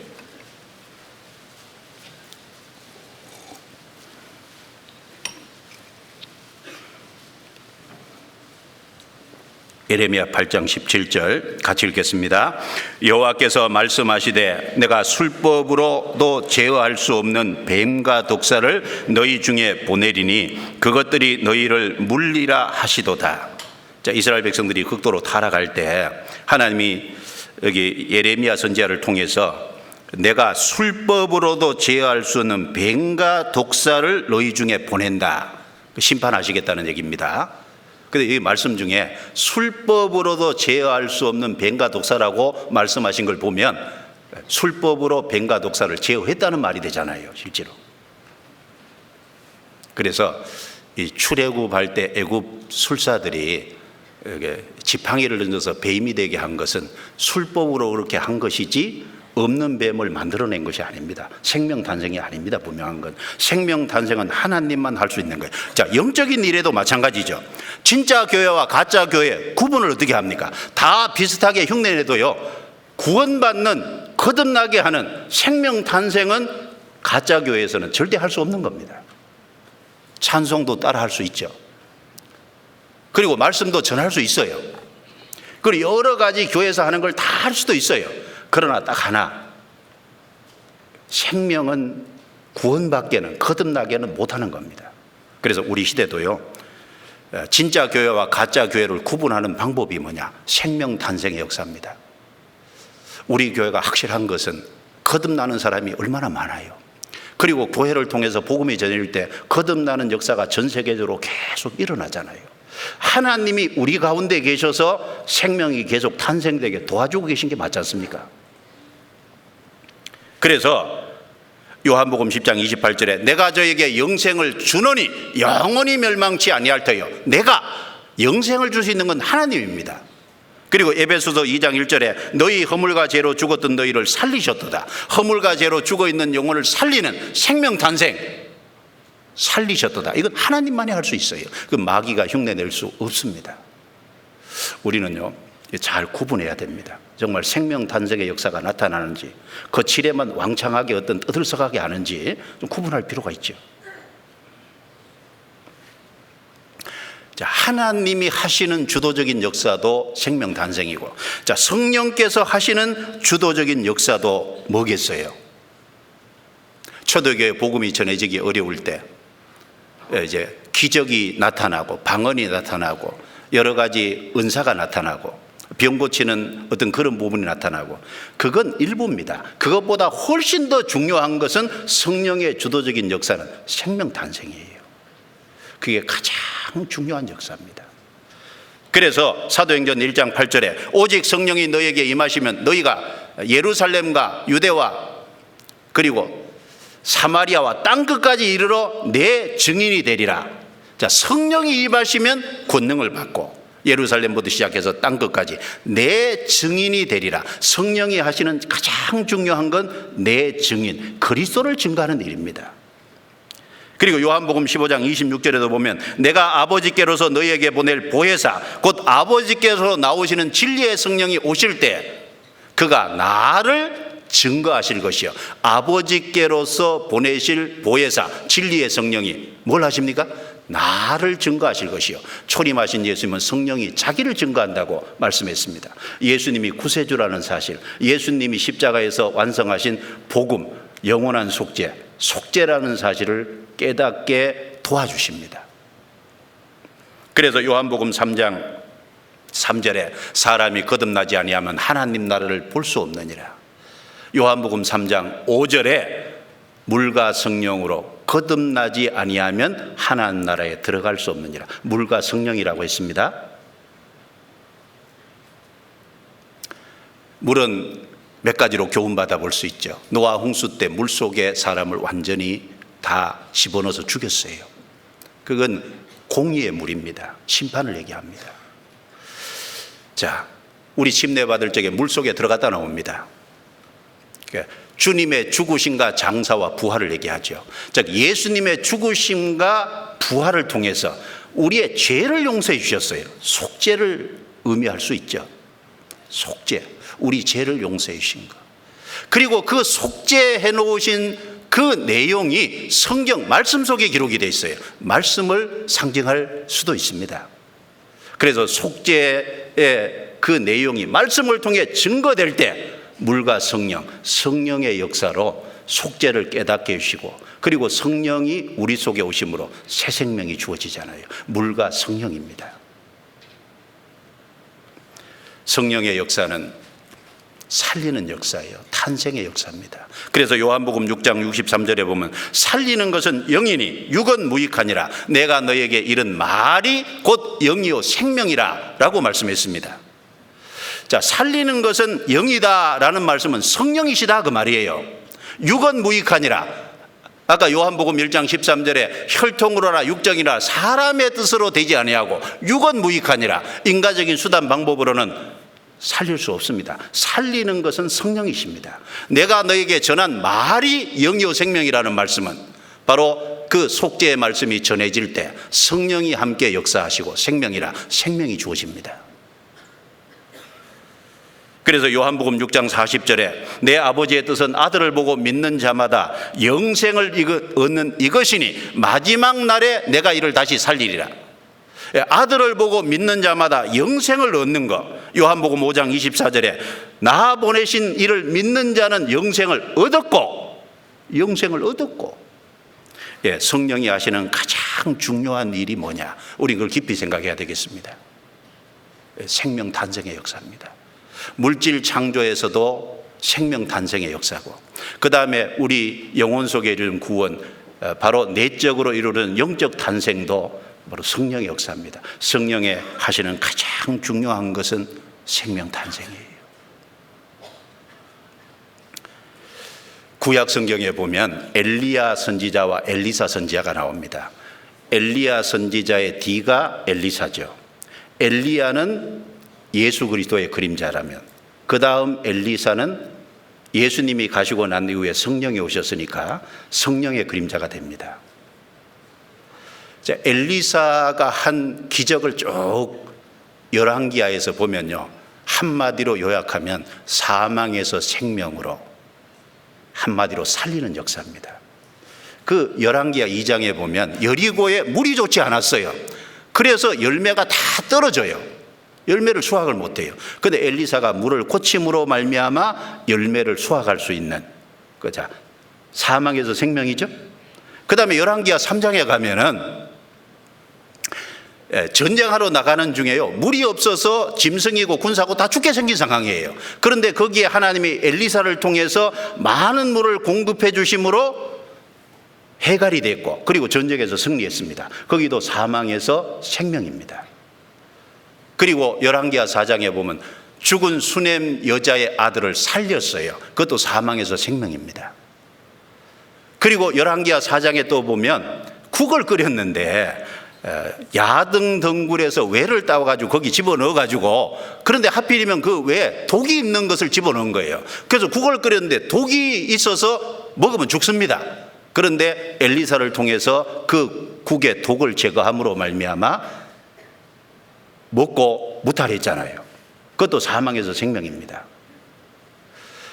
나아만의 문둥병을 고쳐준 거, 그 다음에 열왕기하 6장에 보면은 연못, 빌려온 도끼가 연못에 빠진 것을 떠오르게 한 거, 쓸모없는 것을 쓸모있게 다시 만들었잖아요. 그리고 엘리사가 죽었을 때 죽은 사람을 그 엘리사의 무덤에 던졌는데 그 사람의 살이 엘리사의 뼈에 닿으니까 그 사람이 살아났어요. 그 엘리사가 한 모든 사역을 보면 사망에서 생명으로 옵니다. 그게 뭘 말합니까? 성령이 하시는 주도적인 역사가 생명의 역사라는 걸 우리에게 잘 가르쳐 줍니다.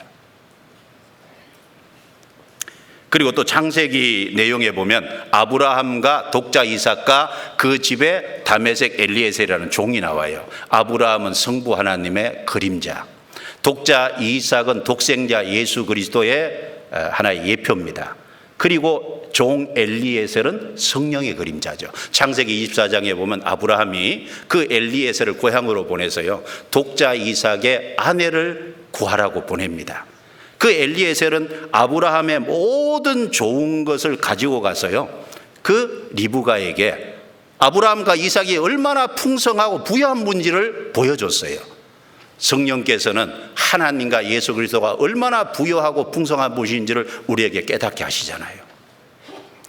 그리고 그 리브가의 가족이 리브가를 빨리 떠나려고 하는 것을 이제 막고 지체할 때, 근데 엘리에셀이요, 재촉하고 결국은 결단하게 만들어서, 그리고 그 리브가를 기어코 데리고 와서 이삭의 아내가 되게 했지 않습니까? 마찬가지로 성령께서는 각 사람이 예수 그리스도를 빨리 받아들일 수 있도록 결단하고 재촉하게 합니다. 그리고 기어코 우리를 구원해서 그리스도의 신부로 삼으시죠. 그리고 영원한 천국에 결국은 데리고 와서 그리스도의 신부가 되게 합니다. 그리고 구원받은 사람이 모여있는 교회도 그리스도의 신부죠. 그 성령이 하시는 일은 구원받은 사람 한 사람 한 사람 구원받게 도와서 바로 그리스도의 신부된 교회가 완성되게 하는 일을 성령께서 하시는 일입니다. 자, 성령께서 하시는 주도적인 사역도 결국은 생명 탄생의 역사입니다. 그래서 교회를 통해 하시는 주도적인 역사도 뭐겠습니까? 생명 탄생의 역사입니다. 하나님이 지금 교회를 통해서 하시는 주된 일이 탄생하는 거예요. 탄생하는 거. 성경 갈라디아서 4장을 찾겠습니다. 갈라디아서 4장.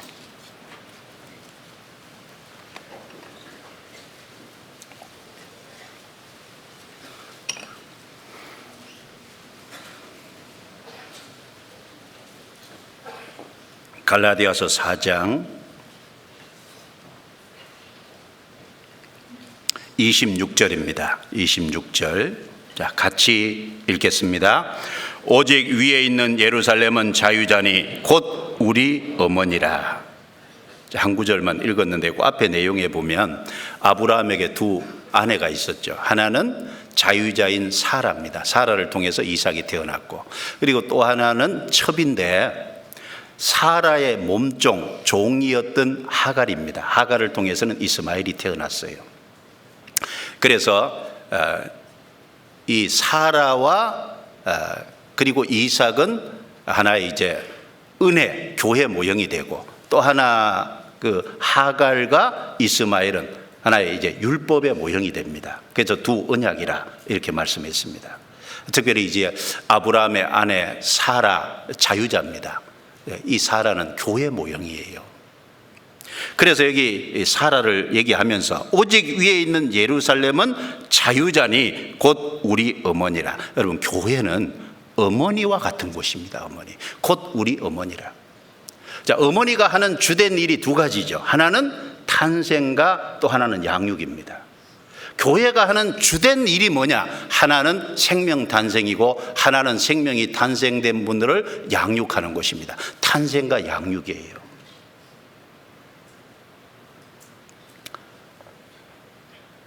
우리 수양회를 하는 것도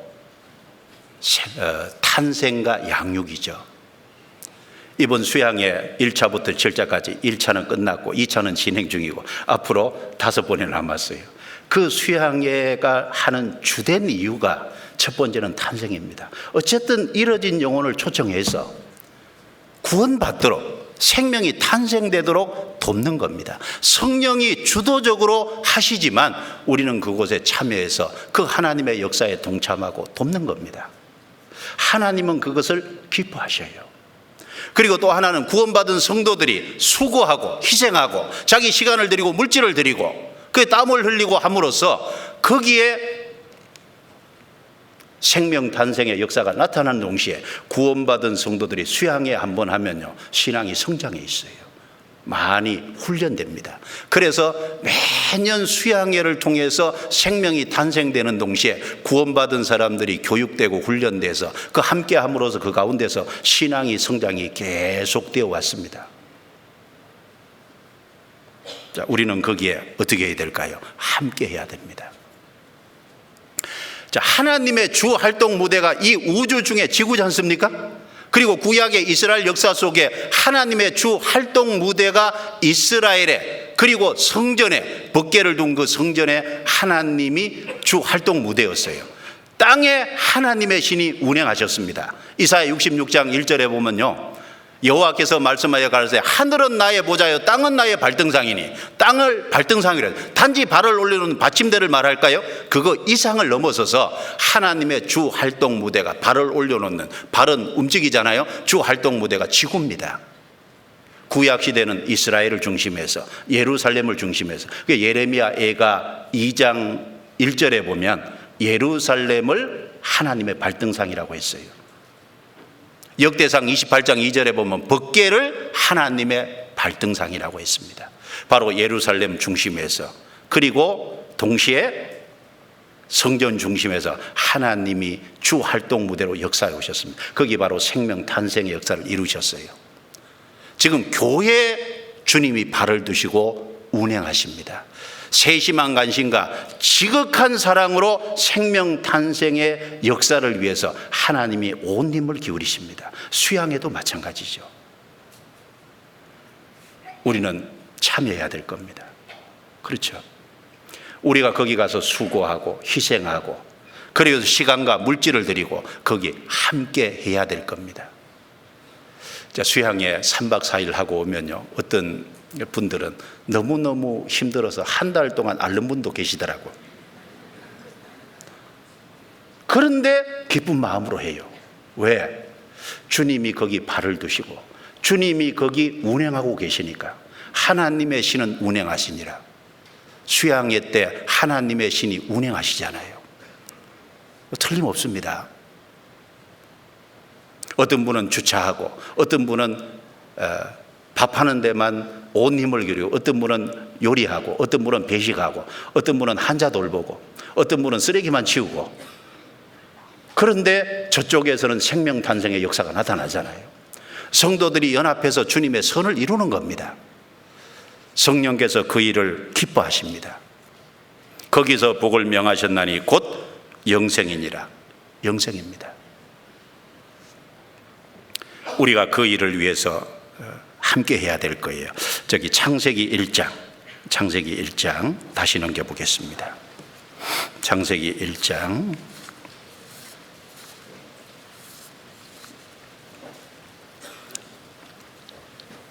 28절입니다. 28절 같이 읽어보겠습니다. 하나님이 그들에게 복을 주시며 그들에게 이르시되 생육하고 번성하여 땅에 충만하라. 땅을 정복하라. 바다의 고기와 공중의 새와 땅에 움직이는 모든 생물을 다스리라 하시니라. 이 말씀을 통해서 하나님의 마음을 엿볼 수 있죠. 첫 번째는 충만하라는 겁니다. 생육하고 번성하여 땅에 충만하라. 영적으로도요, 생육하고 번성하여 땅에 충만하기를 하나님은 원하시잖아요. 시편 2편 8절에 보면 내게 구하라. 내가 열방을 유업으로 주리니 내 소유가 땅끝까지 이르리로다. 그 일을 성령께서 하고 계셔요. 복음이 예루살렘에서 시작돼서 처음에 120명에게 성령이 임하고, 그 다음에 3,000명의 제자가 더 늘어나고, 그 다음에 조금 있다가 5,000명이 되고, 그 다음에요, 사도행전 6장에 보면 허다한 제사장의 무리도 이 도에 가입하니라. 구원받기 어려운 제사장들 무리도 믿음의 대열에 참여하고, 그리고 예루살렘에서 시작된 것이 유대와 사마리아와, 그리고 수리아 안디옥가, 그리고 더 넓어져서 아시아 소아시아 지역가, 그리고 마케도냐 아가야, 그리고 저 로마까지 사도행전에 계속 확장돼 갔잖아요. 로마가 끝이 아니죠. 2000년 역사를 통해서 지구상에 우리에게까지 왔습니다. 자, 우리 교회가 시작된 지 40년 됐습니다. 처음에는 작았죠. 그래서 전국에 228개가 됐고, 그 다음에 2007년부터 세계 선교회라는 슬로건을 내걸고 전 세계 복음을 전하기 시작해서 82개국에 1000개 넘는 교회, 어느 대륙을 가든지 우리 형제들을 만날 수 있잖아요. 형제들이 있는 교회가 있지 않습니까? 아프리카에 55개 국가 중에 53개의 복음이 들어갔다고 하는데요. 땅에 충만하라. 하나님이 땅에 충만하기를 원하십니다. 교회를 충만하게 해서 그 교회를 통해서 복음이 전 세계에 전해져서 생명의 역사가 충만하기를 원하세요. 그 일이 지금 이루어져 가고 있어요. 그리고 뭐라고 말씀하셨습니까? 이방인의 충만한 수가 들어오기까지, 이 은혜 시대 이방인의 충만한 수를 하나님이 원하고 계십니다. 그 수가 차기를 원하실 거예요. 충만하기를. 그리고 이제 충만한 수가 차면은 성령이 들림을 받죠. 즉 몸된 교회가 들림을 받습니다. 주님이 오시면. 그리고 7년 환란 속에 전 3년 반 기간을 통해서 유대인 한 지파에 1만 2천씩 12개 지파 14만 4천이 구원받는데 불과 3년 반입니다. 여러분, 3년 반 만에 14만 4천 명이 구원을 받는다는 건요, 놀라운 역사입니다. 충만의 역사예요. 14만 4천 얼마나 많습니까? 그러면 이 세상이 더 이상 필요 없게 되죠. 이방인의 충만한 수가 차고 유대인의 충만한 수가 차면은 이 세상은 심판할 수밖에 없습니다. 땅에 충만하라. 그 일이 지금 진행되고 있는 거예요. 우리 시대, 우리 교회를 통해서 그 일이 지금 진행되고 있는 겁니다. 그 다음에 정복하라 그랬죠. 정복하라. 왜 정복하라고 하셨을까요? 영적으로 좀 우리가 교훈을 받아보면 아담이 불순종함으로요, 모든 걸 마귀에게 넘겨줬어요. 넘겨줬습니다. 그래서 예수님을 시험하던 마귀가요, 이것은 내가 넘겨준 것이므로 내가 원하는 자에게 주니라. 아담이 넘겨줬어요. 불순종함으로.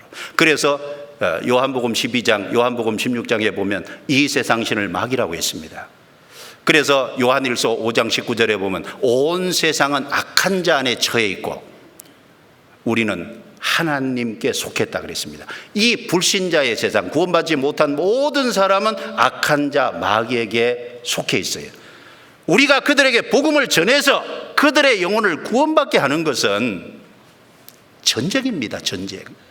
마귀와 싸워서 마귀의 손아귀에 있는 그 영혼을 건져내는 거예요. 한 사람 한 사람이 구원받으면 하나님의 나라가 됩니다. 하나님의 나라가 확장되는 거예요. 땅을 정복하라. 하나님의 나라를 확정하는. 수양회는 전쟁입니다. 우리가 총 들고 칼 들고 전쟁 안 해서 그렇지 마귀와의 영적 전쟁이에요. 땅을 어떻게 하라고요? 정복하라고. 구원받게 하면 정복하는 것이 됩니다. 우리는 수양에 영적으로 싸우러 가는 겁니다.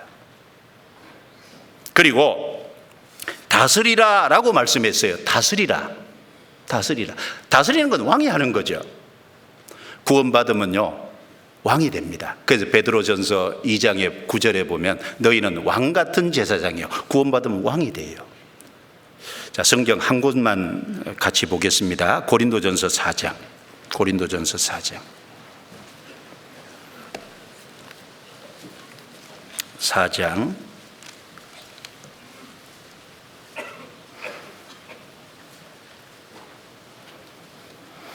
고린도전서 4장 8절입니다. 8절 같이 읽겠습니다. 너희가 이미 배부르며 이미 부요하며 우리 없이 왕노릇하였도다. 우리가 너희와 함께 왕노릇하기 위하여 참으로 너희의 왕노릇하기를 원하노라. 여기 보면 세 번의 왕노릇이 나와요. 제일 앞에 있는 왕노릇은요, 이건 잘못된 왕노릇입니다. 이것은 세상의 갑질과 같은 거예요. 이것은 아주 추하고 악한 겁니다. 너희가 우리 없이 왕노릇하였도다. 이런 왕노릇은 그리스도인에게 합당치 않죠. 자, 두 번째 왕노릇은 우리가 너희와 함께 왕노릇하기 위하여, 이것은 주님이 장차 오시면 우리가 신령한 몸으로 변화되고 천년 왕국 동안 천년 동안 왕노릇하고 영원한 천국에서 세세토록 왕노릇하는 영광을 얻는 겁니다. 사람은 왕이 돼야 진정으로 만족할 수 있어요. 처음부터 하나님은 사람에게요 다스리라 왕의 어떤 위치를 주신 겁니다. 구원받으면 왕이 돼요. 그리고 장차 우리는 왕노릇합니다. 자, 그러기 위해서 너희가 왕노릇하기를 원하노라. 이것은 현재 왕노릇하는 거죠. 어떤 왕노릇입니까? 자기 육체의 욕심과 이기적인 마음과 죄를 다스리고 절제하는 왕입니다. 세상을 유혹하는 것을 정복하는 왕이죠. 마귀의 역사를 정복하는 왕입니다. 이것은 현재 우리가 왕노릇해야 될 거예요. 우리는 육신은 게으릅니다. 편하기를 추구합니다. 그리고 희생하기를 싫어합니다. 그런 자기를 쳐서 자기를 다스려야 될 겁니다. 이번 수양에도 편하기를 원할 수 있을 거예요. 그러나 자기를 쳐서 다스려서 좀 더 수고하고 희생할 수 있도록 우리가 함께 동참하고 해야 될 겁니다. 구원받을 영혼을 우리가 전도할 영혼을 찾아봐야 되겠죠. 시간과 물질을 들이고 희생하고 수고해야 될 겁니다. 그 가운데 하나님이 크게 역사해 주실 거예요. 자, 성경은 생명 탄생의 역사를 다루고 있는 책입니다. 하나님이 하시는 일도 생명 탄생의 역사입니다. 이 교회를 통해서도 수양회를 통해서도 일단은 살려놓고 봐야 됩니다. 아직 늦지 않았어요. 구원받지 못한 가족, 구원받지 못한 주변의 분들 전도할 기회가 있습니다. 내 가정에 혼자 있는 걸 하나님이 원치 않죠. 가족이 다 구원받아 충만하기를 원하잖아요. 내 직장에 혼자를 원치 않죠. 직장에 구원받는 영혼이 많이 늘어나서 충만하기를 원하잖아요. 내 주변에 충만하기를 원합니다. 국가적으로도 온 세계적으로도 충만하기를 원해요. 충만하라, 정복하라, 다스리라. 우리는 이 말씀을 통해서 하나님이 우리에게 원하시는 것이 무엇인지를 엿볼 수 있습니다. 우리는 그런 삶을 살아야 되겠습니다. 바로 눈앞에 있는 수양회를 위해서 우리가 온 힘을 기울여야 되겠습니다. 기도하겠습니다.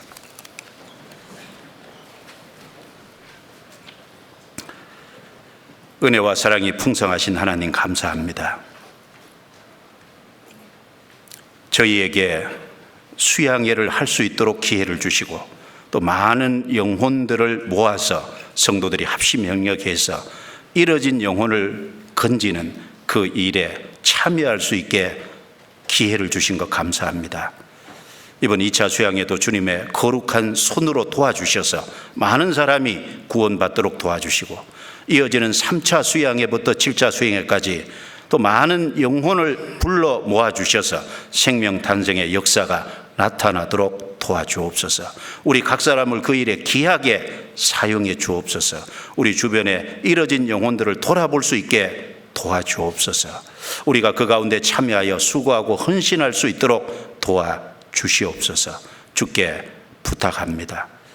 우리를 구원해 주신 주 예수님 이름으로 기도드리옵니다. 아멘.